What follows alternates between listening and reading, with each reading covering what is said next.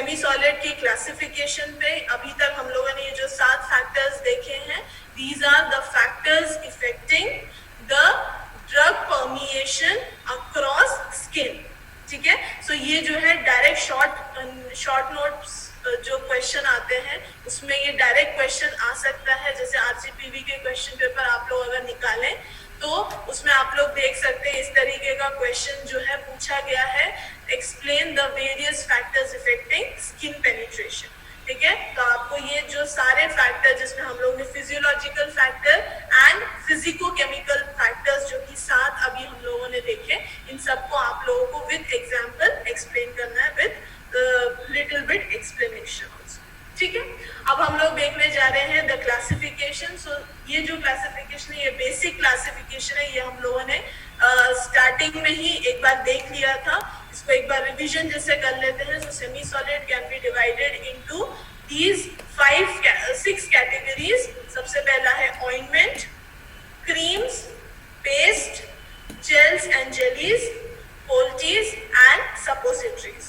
ठीक है, अब जो सपोजिटरीज है आप लोग अलग चैप्टर में ऑलरेडी पढ़ चुके हैं, वो हमारा कॉन्सेप्ट हो चुका है। लास्ट में हम ट्राई करेंगे, अगर समय बचता है तो एक रिवीजन में बिल्कुल करना चाहूंगी, बट सपोजिटरीज ऑलरेडी हम लोग पढ़ चुके हैं, तो इसीलिए हम लोग इनको यहाँ पे इतना डिटेल में नहीं पढ़ेंगे। अभी हम लोग टॉपिकली लगाने वाले यानी स्किन पे जो यूज होने वाले सेमी सॉलिड डोजेज फॉर्म है उनको हम लोग देखने वाले हैं। सो बेसिकली ये जो 5 शुरू के आपको दिख रहे हैं उनको हम लोग डिटेल में स्टडी करेंगे। सो डेफिनेशंस एक और बार रिवीजन हो जाएगा आप सबका। Ointments, they are semi solid preparations meant for external application to the skin and mucous membrane। ठीक है, इस स्किन के लिए नहीं है, म्यूकस मेम्ब्रेन्स के लिए भी हम लोग जो है ऑइंटमेंट्स को यूज कर सकते हैं। And they are applied by inunction. Inunction यानी कि bye rubbing.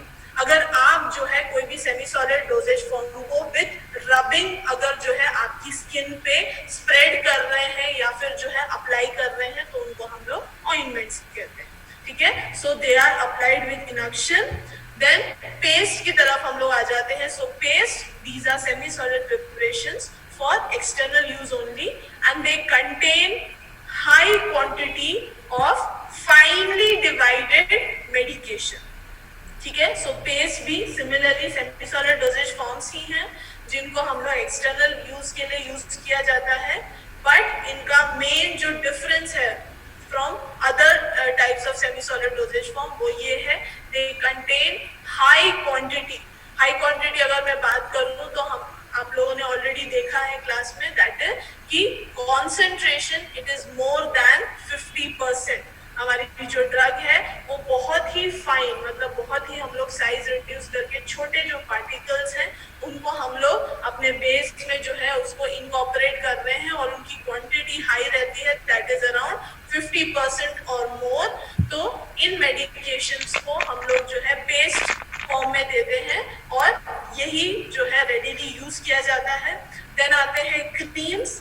Creams are viscous semi solid emulsions that are meant for external use. ठीक है, so basically creams and ointments का सबसे बड़ा डिफरेंस यही होता है कि जो ऑइंटमेंट्स रहते हैं उसमें मेडिकेशन को हम लोग एक ऑइंटमेंट बेस के अंदर जो है हम लोग डिस्पर्स करते हैं। अब जो क्रीम्स होते हैं, क्रीम्स जो होते हैं वो बेसिकली विस्कस इमल्शंस रहते हैं। हम लोग जानते हैं कि क्रीम्स जो है वो oil in water creams and water in oil creams भी हो सकते हैं, बट कंपैरेटिवली अगर मैं देखूं तो ऑइंटमेंट की विस्कोसिटी ज्यादा रहती है, वो थिक रहते हैं इन नेचर और उनको स्प्रेड करने के लिए हमें रबिंग एक्शन करना पड़ रहा है। बट क्रीम्स की अगर हम बात करें तो वो इजीली अप्लाई हो जाते हैं स्किन पे एंड वाटर वॉशेबल होते हैं। ठीक है, so they are viscous emulsions in nature, easy to apply without any friction. हमें किसी भी तरीके से जो है रबिंग एक्शन नहीं करना पड़ रहा है, वो इजीली हमारी स्किन पे जो है स्प्रेड हो जाता है, अब्सॉर्ब हो जाता है और वाटर वॉशेबल रहता है। देन आ जाते हैं जेल्स एंड जेलीज की तरफ। So gels are translucent semi solid dispersion systems which may contain a suspension of either small or large disperse in a suitable liquid. ठीक है, तो जेल्स एंड जेलीज के बारे में जब मैंने आप लोगों को इनिशियल क्लासेस में बताया था तब मैंने यही बोला था कि बहुत इंपॉर्टेंट है ये समझना कि ये कोलॉइडल डिस्पर्शंस रहते हैं, ट्रांसलूसेंट इन नेचर रहते हैं, ठीक है, क्रीम्स और ऑइंटमेंट्स जो कि थिक इन नेचर रहते हैं, ठीक है, उन लोग ओपेक इन नेचर रहते हैं, उनसे कंपैरिजन में ये ट्रांसलूसेंट नेचर के हैं, हल्की सी लाइट इनसे अगर हम चाहें तो पार हो जाती है, और एक 3D अरेंजमेंट, ठीक है, पॉलीमरिक स्ट्रक्चर रहता है, कोलॉइडल डिस्पर्जन है, यानी कि जो पॉलीमर है और वाटर है उनका एक मिक्सचर बना है, उस वजह से एक 3D स्ट्रक्चर आपको देखने को मिलेगा जब आप लोग माइक्रोस्कोप के अंडर में यहाँ इनको देखेंगे जेल्स को, और ये 3D अरेंजमेंट के अंदर जो है हमारा ड्रग जो है होमोजीनियसली या फिर जो है इवनली वो डिस्पर्स है या फिर जो है डिस्ट्रीब्यूटेड है, ठीक है। सो इसको हम लोग जेल्स कहते हैं। जेलीज ऑलमोस्ट सेम स्ट्रक्चर रहता है जिसमें हम लोग natural polymers such as acacia, tragacanth, pectin, इन सबको हम लोग यूज कर रहे हैं, और वाटर के साथ में जो है इनका एक डिस्पर्शन, ठीक है, एक मिक्सचर हम लोग बना रहे हैं, और ये क्या कर रहे हैं, एक 3D अरेंजमेंट बना के हमारे ड्रग को उसके अंदर जो है हम लोग इवनली डिस्ट्रीब्यूट कर रहे हैं, ठीक है। तो ये एक जनरल क्लासिफिकेशन हमने देखा सेमी सॉलिड डोजेज फॉर्म का। अब हम लोग थोड़ा डिटेल में देखने जा रहे हैं। सो एक्सिपिएंट्स देख लेते हैं सबसे पहले, the excipients used in semi solid dosage forms, ठीक है। तो सेमी सॉलिड डोजेज फॉर्म में अभी हम लोगों ने जो क्लासिफिकेशन देखा उसी को हम लोग यहाँ आगे बढ़ा रहे हैं। सो ऑइंटमेंट्स में जो बेसिक जो एक्सिपिएंट्स है या फिर जो कंपोनेंट्स हमारे ऑइंटमेंट बनाने के लिए लगते हैं वो हम लोग देखने जा रहे हैं। सबसे पहला लगता है सबसे इम्पोर्टेंट ऑइंटमेंट बेस, ठीक है, जिस बेस के अंदर हम अपने ड्रग को डिसॉल्व करेंगे, जो बेस हमारे ड्रग को इजीली पेनिट्रेट करके स्किन में ट्रैवल करने में मदद करेगा, इजीली स्प्रेड होने में मदद करेगा। तो ये जो बेस है ये बिल्कुल स्केलेटन की तरह हम बात कर सकते हैं। हमारे ऑइंटमेंट का स्केलेटन है ये ऑइंटमेंट बेस, इसलिए इसकी प्रॉपर्टीज को मॉनिटर करना या फिर जो है ऑल्टर करके आपके हिसाब से यूज करना, ये हमारे फार्मासिस्ट की सबसे इम्पोर्टेंट रोल या फिर रिस्पॉन्सिबिलिटी, ठीक है। देन आता है प्रिजर्वेटिव। प्रिजर्वेटिव हर जगह हमें यूज करना है जहाँ पे वाटर इंक्लूडेड हो। अगर आपकी किसी भी डोजेज फॉर्म में आपने वाटर की even smallest of the quantity use करी है तो आपको उसमें प्रिजर्वेटिव ऐड करना पड़ेगा। अगर आप ऐड नहीं करते हैं तो ड्यूरिंग शेल्फ लाइफ यानी कि बनाने के बाद जब आप इसको रिटेल या फिर होलसेल शॉप में रख रहे हैं तो ड्यूरिंग शेल्फ पे जब उसको रखा है तो शेल्फ लाइफ के दौरान जो है उसमें माइक्रोबियल कंटामिनेशन या फिर डिटोरिएशन हो सकता है, ठीक है। देन आते हैं एंटीऑक्सीडेंट्स। एंटीऑक्सीडेंट्स जो है इनको हम लोग कंडीशन के हिसाब से ऐड करते हैं, यानी कि आपके जो है ड्रग उस तरीके का है या फिर मेडिकेटेड ऑइंटमेंट है आपका, नॉन मेडिकेटेड है, तो वो कंडीशन के हिसाब से इनको यूज किया जाता है। देन आते हैं चिलेटिंग एजेंट्स, ठीक है। चिलेट्स जो होते हैं वो बेसिकली एक कॉम्प्लेक्स स्ट्रक्चर्स रहते हैं और चिलेटिंग एजेंट्स भी सिमिलरली एंटीऑक्सीडेंट की तरह कंडीशन बेस इनको यूज किया जाता है, ठीक है। देन आते हैं ह्यूमैक्टेंट्स।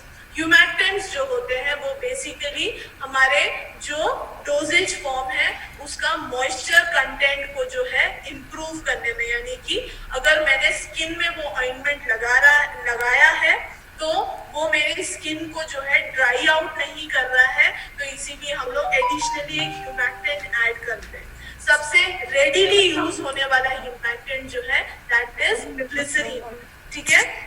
बहुत सारे डोसेज फॉर्म्स में आपने देखा होगा ग्लिसरीन को बेसिकली स्किन में अप्लाई करने वाले टॉपिकल प्रिपरेशंस जो हैं उसमें ग्लिसरीन को ऐड किया जाता है एज अ ह्यूमैक्टेंट।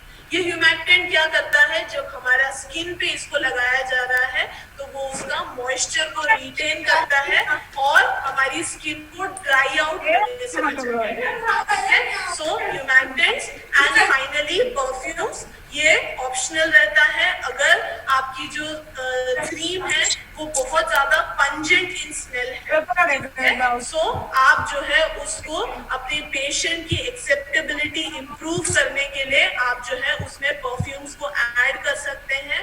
जो नाइस स्मेलिंग जो होता है ये बेसिकली हमारा पेशेंट एक्सेप्टेबिलिटी के लिए किया जाता है और मोस्टली हर क्रीम में आपको देखने को मिलेगा। सो परफ्यूम्स भी ऐड कर सकते हैं अकॉर्डिंग टू रिक्वायरमेंट।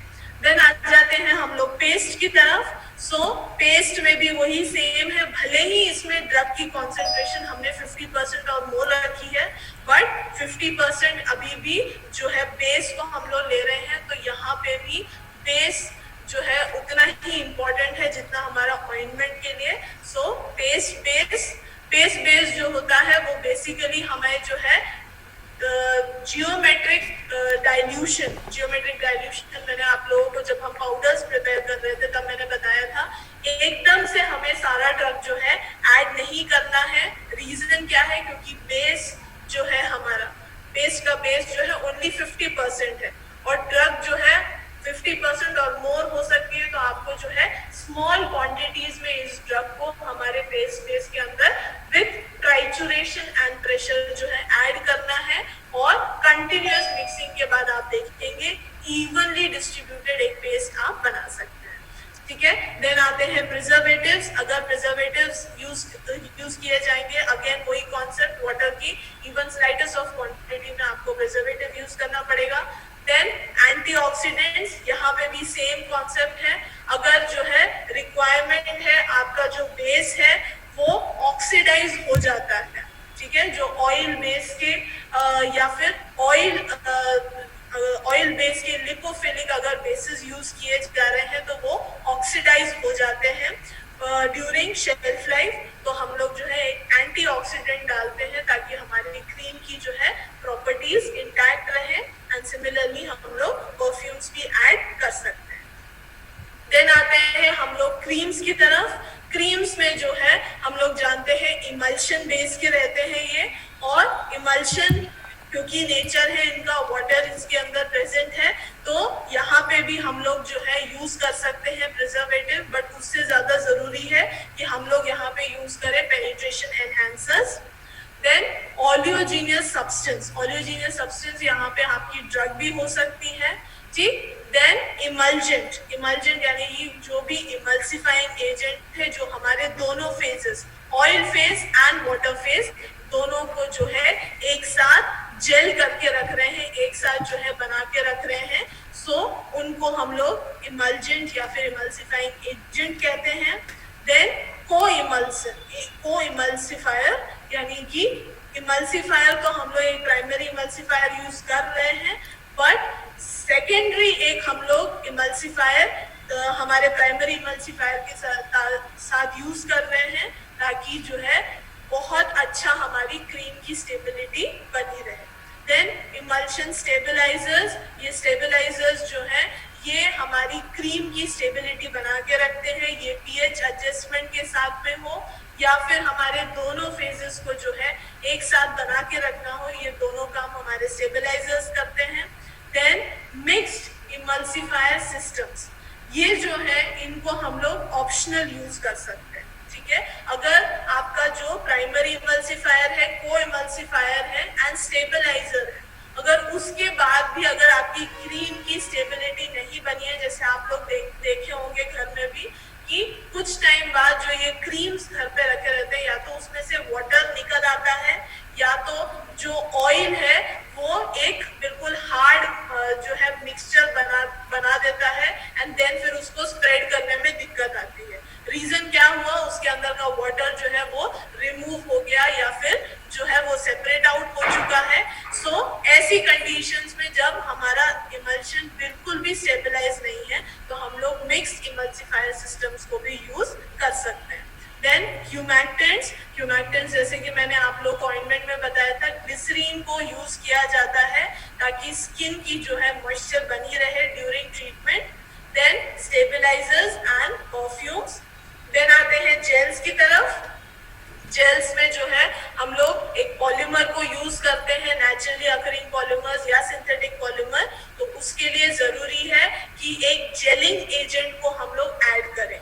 तो ये जो जेलिंग एजेंट है ये पेस्ट की तरह हमारा काम करता है, जैसे कि ऑइंटमेंट, पेस्ट और क्रीम में हमने देखा, तो एक जो है पेस्ट की तरह काम करते हैं ये जेलिंग एजेंट। देन प्रिजर्वेटिव, क्योंकि मैंने आप लोगों को बताया था ये जो पॉलीमर्स है इनको हम लोग वाटर में डिस्पर्स करते हैं, तो प्रिजर्वेटिव तो इसमें बिल्कुल डालने की जरूरत रहेगी।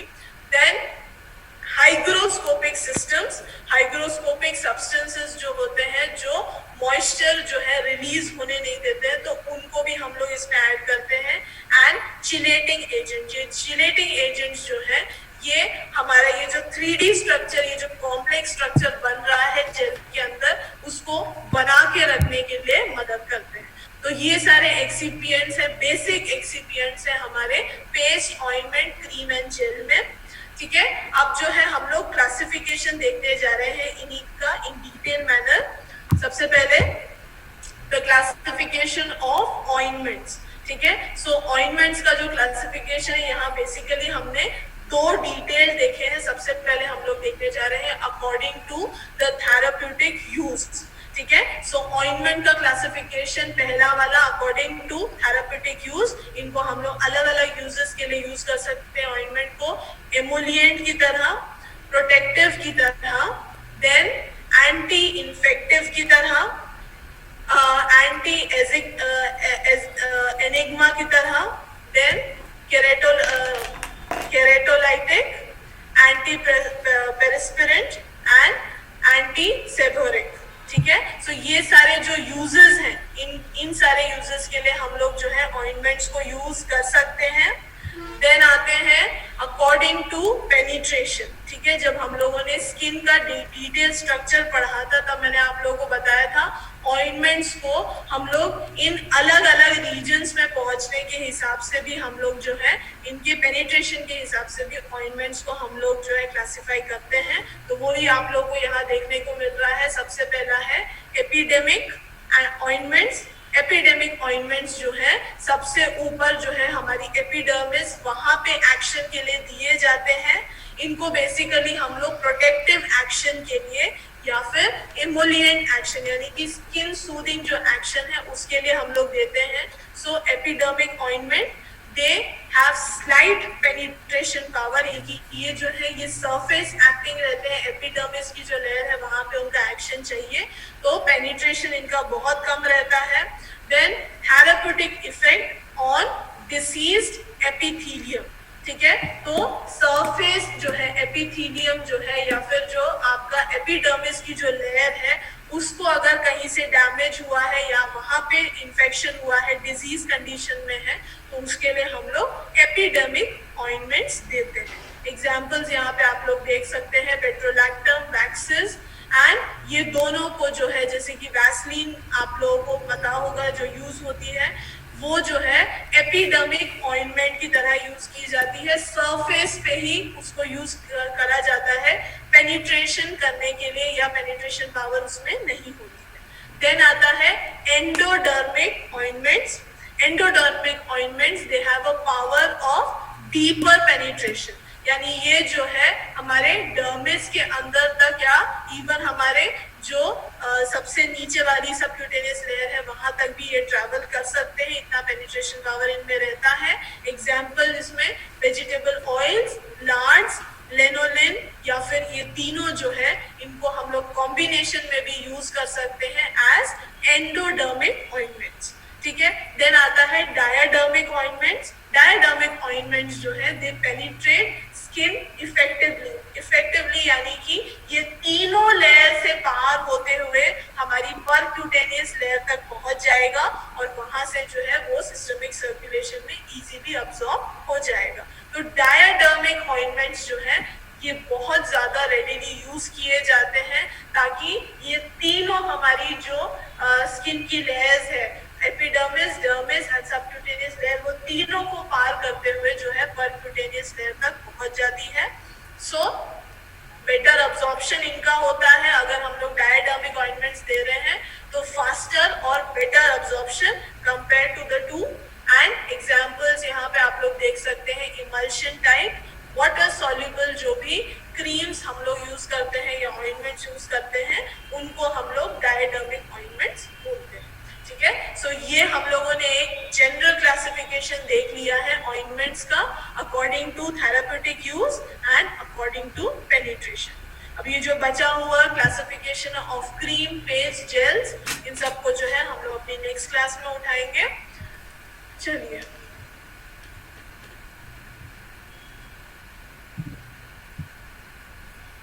ओके, जल्दी से मैं आप लोगों की अटेंडेंस ले लूं एंड देन आप लोगों की कम्युनिकेशन की क्लास भी रहेगी जिसमें हम लोग, आप लोगों को याद होगा, हम लोग जो पढ़ रहे हैं उसी को हम लोग आगे बढ़ाएंगे। That is figure of speech. Figure of speech का हम लोग 3 फिगर ऑफ स्पीच ऑलरेडी देख चुके थे, तो उसी को जो है हम लोग आज आगे बढ़ाएंगे। तो एक्सरसाइज भी रहेगा, तो ज्यादा से ज्यादा लोग ज्वाइन करें।